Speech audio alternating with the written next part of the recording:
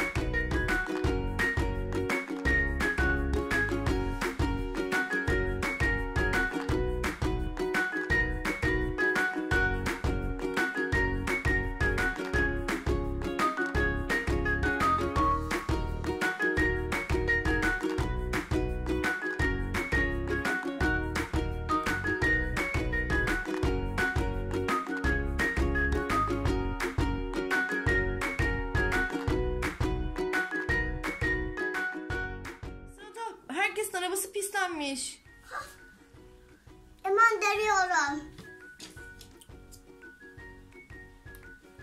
Pislikleri içeride gider. Sırayla girsinler. Tek seferde yalnızca bir araba girebilir. Oraya girmedi. Serincik. Yıkanmış mıdır? Yıkamış.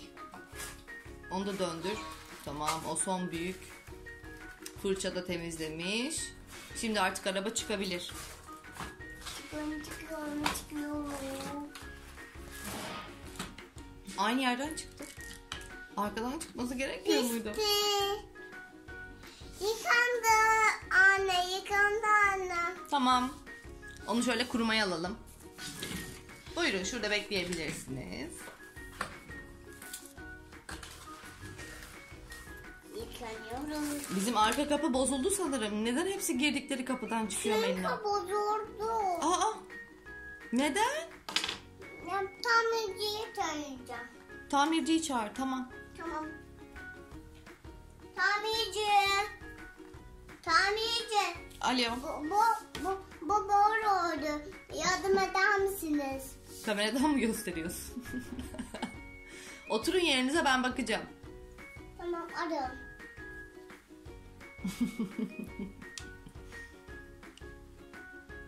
Şimdi tamirci gelip yapar. Bak işte dönüyor. Bak işte dönüyor tamirci. Geliyor, evet. Araba yıkamacısı, tamircisi. Bak işte nerede? Tamam, hemen yapsın bakalım. Çık çık çık çık çık çık. Hah, arka kapı düzeldi artık. Şimdi. Güzelmiş.